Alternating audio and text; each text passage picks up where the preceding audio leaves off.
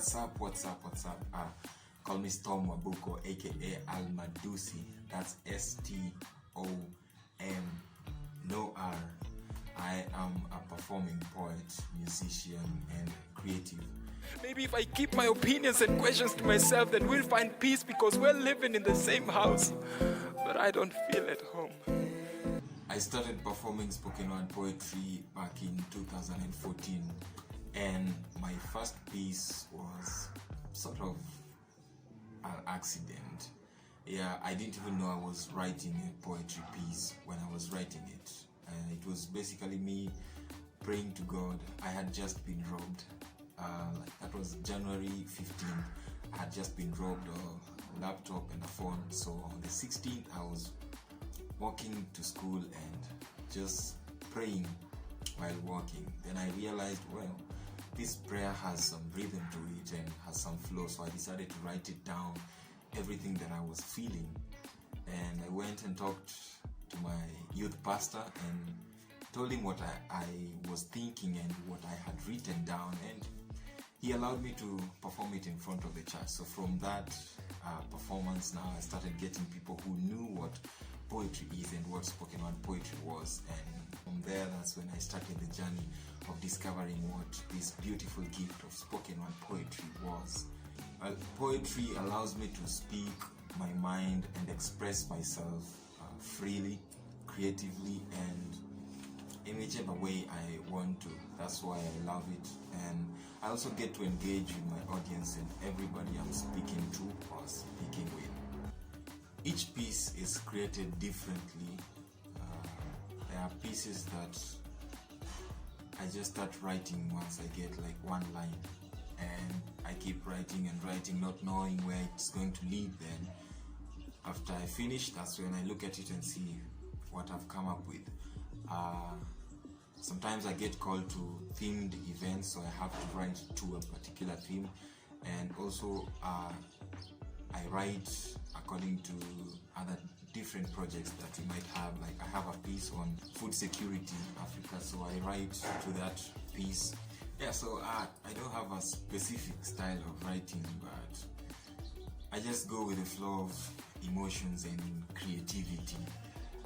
But one thing I can say I love doing, or I find myself doing naturally, is before writing the piece or before taking my pen or my phone to write, I usually have like the end in mind. So I create from the end coming back to the start. What do I mean by this? I have the concept of the video or performance in my head, so by the time I'm writing, I know exactly what I am heading to. So I create what I want in the end product, before starting the piece. So I know exactly what I'm going to wear while performing this piece, what I want to do on stage while performing this piece. Then once I have that, now I start writing things down. So for different pieces, different styles or ways of writing them. But I also love doing a lot of research depending on the piece that I'm writing. So even if I'll finish a piece, once I'm done with it, I like to research on the topic that I write about. So I do a lot of research, Google, read books, the Bible, and basically any material I can get that will help me in writing whatever piece that I do have. Most of the times this is the scene when I'm writing. My phone constantly on Google, my writing pad somewhere, my sketch pad somewhere where I jot down the random thoughts that I do get. The Bible is always around, and different books just to aid in my writing. I can't really say that I work alone per se, but I write my pieces alone, but I have a great team or great people around me that go through my pieces or what I write or my thinking process. So for my manager, that's under Mind Art Records, and some few friends that I trust who I share ideas that I have, or if I don't share the ideas, I might share the pieces and ask their opinions. Yeah, but there's one I did with a great friend of mine. It's called Adipi. We combined hip hop and poetry and came up with a very, very beautiful piece of work. It's called Hallelujah. You can get it on my channel. They lived, they stood up a vast army, left, right, they marched army, heads up to the sky on it, and with one voice they shouted.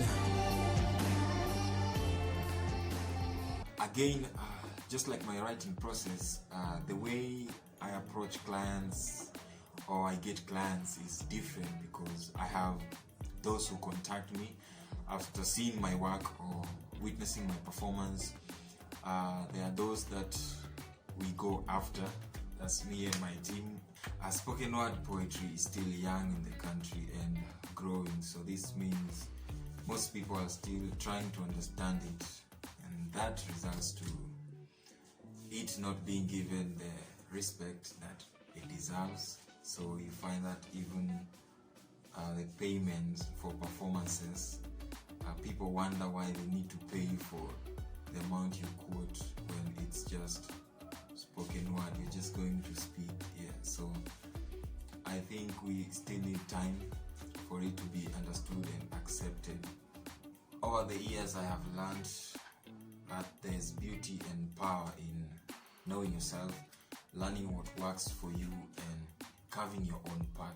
So each day to better yourself, add something little to your craft, and just become unique and authentic, because there's that temptation or habit of following the masses and trying to do what everyone else is doing, and you end up living other people's life or performing like someone else, writing like someone else, and forgetting to live your own life. Every performance I make is a highlight to me. Every video I create is a highlight. Every time I get to interact with people after the performances, that's a highlight for me.